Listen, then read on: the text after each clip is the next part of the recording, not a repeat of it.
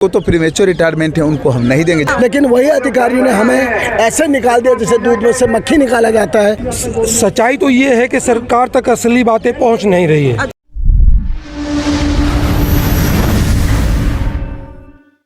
नमस्कार, मैं सेवा भारद्वाज, नवी टीवी देख रहे हैं आप। दिल्ली में पूर्व सैनिकों ने दस्तक दे दी है। अगर आप मेरे पीछे भीड़ देखेंगे, सब पूर्व सैनिक हैं और इनकी काफी नाराजगी और काफी आक्रोश आपको देखने को मिलेगा। मेरे साथ कुछ लोग मौजूद भी हैं, मैं उनसे विस्तार में जानना चाहूंगी कि क्यों यहाँ पे जो पूर्व सैनिक हैं यहाँ पे जो है आंदोलन कर रहे हैं और अपनी मांगों को रख रहे हैं। क्या नाराजगी है इनकी सरकार से, क्या आपकी मांगे हैं आप लोगों की? देखिए, सबसे पहले कि आपके चैनल का धन्यवाद कि आप हमारे पूर्व सैनिकों के बीच आकर के हमारी समस्या को जनमानस पे रखना चाहते हैं। समस्या सर्वविदित है, देश को पता है, हमारे लोकतंत्र के जो रखवाले संसद में बैठे हैं उनको पता है। जो ओरोप 2 वन रैंक वन पेंशन 2 जो दिया गया है अभी, उसमें बहुत बड़ा गैप कर दिया है। फाइनेंशियल लॉस जो हम 28 लाख जवान जेसीओ हैं जो कि लड़ाई के मैदान में फ्रंट लाइन में रहते हैं, संघर्ष सबसे ज़्यादा करते हैं, उनको इस ओरोप 2 में वेतन का जो पेंशन का जो लाभ होना चाहिए वो ना दे करके वो पैसा जो सरकार के इर्द गिर्द घूमने वाले 3% ऑफिसर के नुमाइंदे हैं उन नुमाइंदों ने ले लिया। और यह मानवता शून्य सरकार उन अफसरों की बात सुनकर के हम 28 लाख जवानों को दरकिनार कर दिया। इसमें सबसे पहले जो हुआ, जो प्रीमेच्योर रिटायरमेंट हैं उनको ओरोप से बाहर कर दिया गया। देखिए, ये बहुत बड़ी साजिश है पूर्व सैनिकों की एकताओं को तोड़ने की, पूर्व सैनिकों को आपस में बांटने की। साजिश की बात कर रहे हैं कि आप लोगों में आपको बांटा जा रहा है, कौन ये करना चाहेगा? नहीं, देखिए, कौन सरकार करवा रही है। जो मैंने क्या कहा, 3% सरकार पे आप काफी गंभीर आरोप लगा रहे हैं। ये 3% जो हमारे अधिकारी के 3% के जो नुमाइंदे हैं जो सरकार और मंत्री के इर्द गिर्द रहते हैं, उन्होंने मंत्रालय को, माननीय रक्षा मंत्री, माननीय वित्त मंत्री, सबको बरगला करके और जवानों का जो पैसा बढ़ना चाहिए वो अपने झोले में ले लिए। यही ऑफिसर जो भौंक रहे थे माइक के सामने, चिल्ला रहे थे कि ओरोप जो है 70 साल से सैनिकों का मांग था, जो कांग्रेस जमाने में नहीं सुना गया और भाजपा ने दिया, वह दिया, तो फिर अभी ओरोप 2 में उसको उन्होंने ले लिया। क्लियर कट मेंशन है कि जो जवान 15 साल, चूंकि हम लोग भर्ती होते हैं 15 साल के लिए, जितने भी जवान भर्ती होते हैं अप टू सूबेदार, मेजर, ओनडी कैप्टन तक जाते हैं, वो 15 साल के एग्रीमेंट पे साइन करके आते हैं। सरकार का डीड हमारे साथ 15 साल का होता है। उसके बाद यहाँ आकर के हम अपनी ज़रूरत के हिसाब से कोर्स कैडर करते हैं, प्रमोशन लेते हैं और नौकरी करते हैं। नौकरी के दौरान किसी को जरूरत पड़ जाती है, घर में समस्या हो जाती है, तो वो फिर अपने नौकरी से अनविलिंग होकर के after 15 years, 20 years, 22 years, 24 years में वो घर आ जाते हैं। अब ये सरकार कह रही है कि वो तो प्रीमेच्योर रिटायरमेंट है, उनको हम नहीं देंगे, जबकि ओरोप 1 में जो भी दिए 2 रुपया ही दिए, सबको दिए, लेकिन ओरोप 2 में बाहर कर दिए। सरकार के सर बरगलाने की बात आप लोग कर रहे हैं, तो क्या इतना सरकार इतनी बड़ी बेवकूफ होगी कि किसी कोई उन्हें बरगलाएगा जो पूरे देश को चला रही है उनकी बातों में आ जाएगी सरकार? देखिए, मैं सूबेदार में जो सुरेश हूँ, 2013 का रिटायरी हूँ। सच्चाई तो ये है कि सरकार तक असली बातें पहुंच नहीं रही है। अच्छा। जो बड़े अधिकारी सेनाओं में, तीनों सेनाओं में जो होते हैं, वो अपने हिसाब से ही जो नोटिंग बनाते हैं, अपने हिसाब से केस को बनाते हैं, वो डिस्कस होता है। नीचे वालों का तो आज तक तो देखो, ये सोशल मीडिया हो चाहे दूसरे मीडिया हो, प्रिंट मीडिया हो, मैं इनका आभार व्यक्त करता हूँ कि आपके माध्यम से आज हमारी बातें सीधी प्रधानमंत्री जी, रक्षा मंत्री जी तक पहुँच रही है। नहीं तो ये सारे की सारी चीज़ें अपने लिए कर लेते हैं, बाकी के लिए अंडर कंसीडर छोड़ के वहाँ से आ जाते हैं। सेनाओं में ऐसा कोई विरोध का एक बहुत बड़ा प्लेटफॉर्म भी नहीं होता है। उन्होंने भी पिछले 3 कमीशन तो मैंने देखे हैं, जो विसंगतियों के बारे में छोटी मोटी हमने बात किया तो बोलते हैं हो जाएगा, केस इज अंडर कंसीडर, इस टाइप में कह के वो 10 साल तक छोड़ दिए जाते थे और जवान और जैसी और इक्विवेलेंट जो तीनों सेनाओं के थे वो रह जाते थे। लेकिन आपके माध्यम से आज जो माननीय प्रधानमंत्री जी, माननीय डिफेंस मिनिस्टर जी, उनके पास हमारी बातें पहुंच रही हैं, उनसे हमारी अरदास है, रिक्वेस्ट, प्रार्थना करता हूं एक सैनिक के नाते के इन चीज़ों के ऊपर बहुत जल्दी जो है इसके ऊपर निर्णय हो और जिसका जो बेनिफिट है उसको मिलना चाहिए, हमारी ये मांग है। शोषण की आप देखो हम अधिकारियों के खिलाफ, आपके खिलाफ जो आपके लिए हो रहा है और आपको बांटने की बात नहीं की जा रही, तो क्या लगता है कि सरकार जो है जिसने ये कदम उठाया है, आरपी जो टूल आया जिसके आपके खिलाफ है, आप लोगों से खिलाफ है, तो आपकी बातों को वो सुनेगी? क्योंकि अगर सरकार ने किया तो कुछ सोच समझ के ही किया होगा। मैं बाकी पॉइंट मेरे सूबेदार मेजर सुरेश साहब ने व्यक्त कर दिए हैं। मैं MS त्रिपाठी पूर्व सैनिक, जो कि भारतीय सेना के अंदर में सभी युद्ध के अंदर सेकेंड वर्ल्ड वार से लेकर अभी तक कोई युद्ध में मेरी कोई पीढ़ी छूटी नहीं है और मैं खुद डिसेबिलिटी और खुद ही मैं कैजुअलिटी भी हूँ। मैं ये कहना चाहता हूँ कि अभी तक के 1974 के बाद जितना अंतर हुआ अधिकारी और जवान जेसीओज के अंदर में, जेसीओज को जो ऑनरी कैप्टन रैंक तक होता है, एक ऑफिसर में वो शामिल होता है, उसको एक जवान दिखा दिया। और अभी मेरी मांग है कि जेसीओज को अफसर में शामिल किया जाए, चाहे कोई भी स्टार है, क्योंकि जेसीओ रैंक आगे बंद कर दिया है। और जो हमारे आगे जो डिसेबिलिटी होगी, MSP होगी, अन्य भत्ते हैं, अधिकारी को जो है वो भत्ते सब अधिकारी लेके गए हैं 5 गुना, और हमें कोई भत्ते जो है बहुत एक नाम मात्र के बराबर दिए जाते हैं। सारे भत्ते एक बराबर हों। और OROP 2 के अंदर 97% अधिकारी लेके गए और 3% हमको बांटा गया।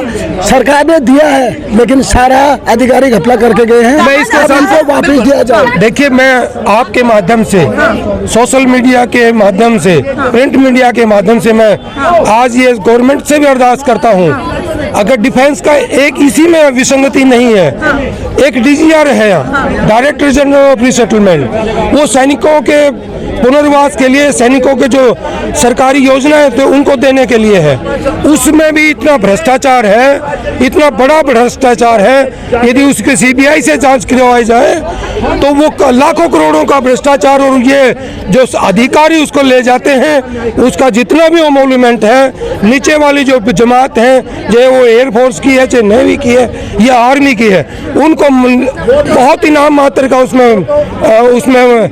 उसमें से बेनिफिट मिल पाता है। बाकी जो योजनाएं सरकार हमेशा अच्छी योजनाएं हैं, जो सारी योजनाओं का लाभ सरकार है वह अधिकारी अपने आप ले लेते हैं। मोदी सरकार हमेशा ही ऐसी सरकार है जिसने हमेशा सबसे पहले देश के जो सुरक्षा करते हैं सैनिक, हमेशा उनकी बातें करती है और लोगों की, गरीबों की बातें करती है।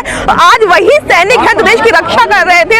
नहीं देखते हैं वो कि कोई परेशानी है, कोई दिक्कत है, पहले वह देश को देखते हैं, उसके बाद खुद को देखते हैं। आज वही अंतर मंतर पे अपनी पीड़ाओं को लेकर के बैठे हुए हैं। तो क्या ऐसा ना हो कि लोग आप पे ऊपर लांछन लगाने लग जाएं कि आप लोग यहाँ झूठ बैठे हैं या आप पे कुछ उल्लंघन हो या आप पे ऐसी आरोप लगाए जाए, तो आप कैसे सामना करेंगे उन सब चीजों का? 75 सालों के इतिहास में ये पहली बार है जिस तरह से महात्मा गांधी ने अंग्रेजों के बरखिलाफ असहयोग आंदोलन, नमक आंदोलन और जितने भी आंदोलन किए, सरकार तक वो बात पहुंचे करके पहुंचाई है। आज 75 सालों के इतिहास में पहली बार ऐसा हुआ है, और जो आखिरी बार होगा वो जो है हम जवान व्यक्त कर रहे हैं कि कभी भी जवान ने गीता की कसम खाई थी, अपने अधिकारियों को अपने माता पिता से बढ़कर समझा, लेकिन वही अधिकारियों ने हमें ऐसे निकाल दिया जैसे दूध में से मक्खी निकाला जाता है।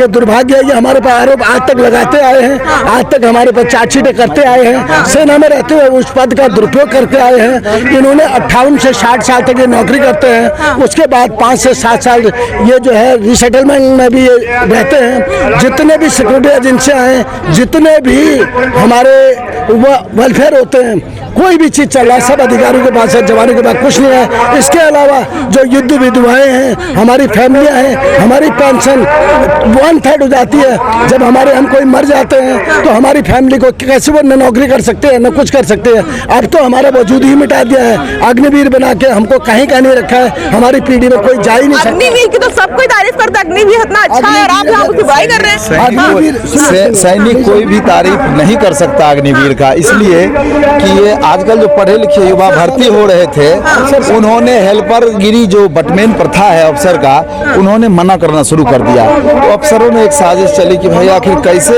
ये हमारी तबेदारी करेंगे, हमारी सेवा करेंगे, तो हम पेंशन इनका बंद कर सरकार को फाइनेंशियल बेनिफिट दिखा देते हैं कि आपको पेंशन नहीं देना पड़ेगा अग्निवीर लेने से, आपका सरकार को पेंशन का बचत और हमको हेल्पर मिल जाएगा। वो हेल्पर इस महीने में जो ये अप टू 25% डिटेन करेंगे, वो डिटेन कैसे करेंगे, कैसे जस्टिफाई करेंगे कि हम इसको रखेंगे? वो वही जो उनकी चमचागिरी, उनकी सैल्यूट, उनके कपड़े धोएंगे, उनके कुत्ते घुमाएंगे, उनको वो डिटेन करेंगे, बाकी गो बैक कर देंगे 75%।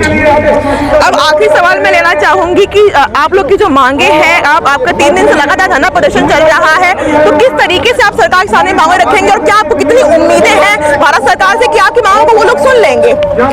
मैम, भारत सरकार को हम तो जब तक हमारी भारत सरकार नहीं सुनती तो उतना देर हम तो धरना प्रदर्शन करेंगे। हम ये बताना चाहते हैं, जब मोदी जी 2014 में आया था ना, तो देश के जवानों ने बहुत साथ दिया था उनकी सरकार का। तो हम अभी भी इनको बोल रहे हैं कि देश के जवान जो इधर बैठ गए हैं ना, जब देश का जवान ही बैठ गया तो बाकी जो दुनिया के जो और है उनका क्या बनेगा? तो हम जो देश की रक्षा करते हैं ना, जो हमारी जवानी होती है ना 15-16 साल, वो हम देश को दे देते हैं। और अभी फिर जो हमारा बैठने का भी टाइम है, जो बुजुर्ग है, तो अभी हम यहाँ बैठे हैं। संकल्प 2024 में भी आने वाले हैं, 24 को आए, हम उनको कौन सा रोक रहे हैं? पर जो ये हालत चलता रहा तो हमारी भी गिनती 97% है, तो 97% वोट कम नहीं होती। तो उनको पता चलना चाहिए भी 97% सरकार को चेतावनी साफ तौर पे दे रहे हैं कि आप को सुन लेना चाहिए। आखिरी मौका है, आखिरी मौका है, आखिरी मौका है, हमारी बात सुन लेना चाहिए। क्योंकि हमारी गिनती थोड़ी नहीं है, जो अफसरों के पीछे लगे हैं ना, अफसर सिर्फ 3% है, हम 97% है। अगर ये मान लो यहाँ 500 फौजी बैठा है ना, इनके पीछे कितने, अगर मैं अकेला इधर हूँ ना, तो मेरे पीछे कम से कम 500 के ऊपर एक आदमी के पीछे 500 के बंदा घूम रहा है। तो कितनी वोट बैंक है इनकी बात सुनो। हम कोई भीख नहीं मांग रहे, हम अपने हक मांग रहे हैं। तो हमारी देखो फ्रंट में जवान लड़ता है, तो जवान की 5200 रुपया अपनी MSP पे, और अफसर की 15,000, तो एक बराबर करो ना। वो अफसर है, उनकी ठीक है तनख्वाह अलग करो, पर जो MSP पे है, डिस्टेबिलिटी पेंशन है, वो तो एक समान होनी चाहिए ना। जैसे मान लो एक जवान की बाजू है, एक अफसर की बाजू है, उनका रेट क्यों अलग अलग? तो अफसर की बाजू को सोने की थोड़ी है, जवान की भी वही बाजू। जवान को ले रहा 17,000, अफसर ले रहा 2.5 लाख रुपया। इन चीजों का क्यों फर्क है? ये चीजें एक समान होनी चाहिए। आप कुछ कह रहे थे? जो हमारे जवान जिनकी आइडेंटिटी कर दी जाती है, 12-13 साल उनको सर्विस करके उनको घर भेज दिया गया है, उनको कोई पेंशन नहीं मिल रही है। जेल में रहने वाले कैदी को भी जिस दिन घर जाता है उसको भी पैसा मिलता है मजदूरी का। और हमारे जो सैनिकों ने कारगिल में लड़ाई लड़ी है, पोस्टों में काम किया है, और वो लेह लद्दाख में रहे हैं, 12 साल सर्विस, 13 साल सर्विस वाले हैं, जो 4 बार आइडेंटिटी करके घर भेज दिए गए। क्या उनके परिवार को आप कैदियों से क्यों कंपेयर कर रहे हैं? आपकी बात उनके सेना की लाई बदतर कर दी गई है, रखी है, अधिकारी ने आज तक बदतर की गई है। तो काफी गंभीर आरोप लगा रहे हैं। मैम एक चीज बताओ, भारत सरकार ने 23,800 करोड़ रुपया अलॉट किया है मैम।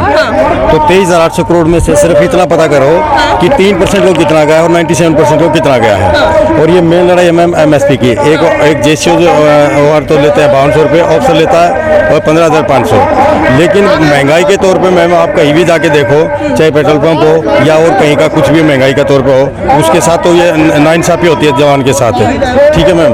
और ये एक बहुत ये एक अच्छी ऐसी है मैम, अगर मान लो ये MSP बराबर कर दे तो कुछ हद तक जवानों के बीच में और अफसर के बीच में जो है ना उसको ये जो फासला है। अगर सरकार आपकी मांग को कल ही सुन लेती है, यहाँ सुन, तो आप लोग का धरना प्रदर्शन है जो बंद हो जाएगा। हाँ जी मैम, खत्म हो जाएगा, सरकार की बातों को सुन लेती है तो। हाँ, हमारी मेन लड़ाई जो है यहाँ पे आंदोलन जो है वो MSP के लेकर के है, क्योंकि MSP जो मैम वो बहुत वेरिएशन पेंशन में डालता है। हमारा जो है OR का 5200, जेसी उत्तर का 5200 है, ऑफिसर का 10,500 है, 15,500 है। वो जो है मैम पेंशन में जो बहुत वेरिएशन करता है। जब मिलिट्री सर्विस पे लागू किया गया है तो ऑल रैंक का जो एक ही होना चाहिए, क्योंकि सारे जो भी जितने भी रैंक्स हैं वो सभी जो है डिफेंस में सर्विस करते हैं, तो सबका इक्वल होना चाहिए। उसमें वेरिएशन क्यों रखा गया है। ये मेन हमारा जो है मुद्दा है, यही मेन हमारा आंदोलन है। जैसे ये अभी जो बजट बना था उसमें Naib Subedar major, captain, only captain, lieutenant, इसकी अगर आप उस ग्राफ में देखोगे तो उसका सैलरी माइनस में चली गई। आज तक कभी ऐसा हुआ मैम? कोई भी फिक्स करते हैं मान लो, तो इसके ऊपर पुनः रिव्यू किया जाए। और जो हमारी जो मांग है इसमें माननीय रक्षा मंत्री महोदय और हमारे जो चीफ साहब जो बैठे हैं जहाँ पर साउथ ब्लॉक में, तो वहाँ तक हमारी बात पहुँचनी चाहिए ताकि जो ये इनजस्टिस हुआ इसको रिव्यू किया जाए मैम। तो देखा आपने, काफी जो पूर्व सैनिक यहाँ पे इकट्ठा तो यहाँ पे लगातार बैठे हुए हैं। पिछले 3 दिन से इनका यहाँ धरना प्रदर्शन चल रहा है। मांग इनकी OROP2 जो आया है उनसे यह लोग काफी खफा है। कहा जा रहा है कि साफ तौर पर जो है अधिकारी और हमारे में जो फासला है वो ज्यादा रखा गया है। हम अपने आप को ज्यादा ही शर्मिंदा अंदर से महसूस कर रहे हैं कि हम इतनी सेवा करते हैं और हमारे संग ही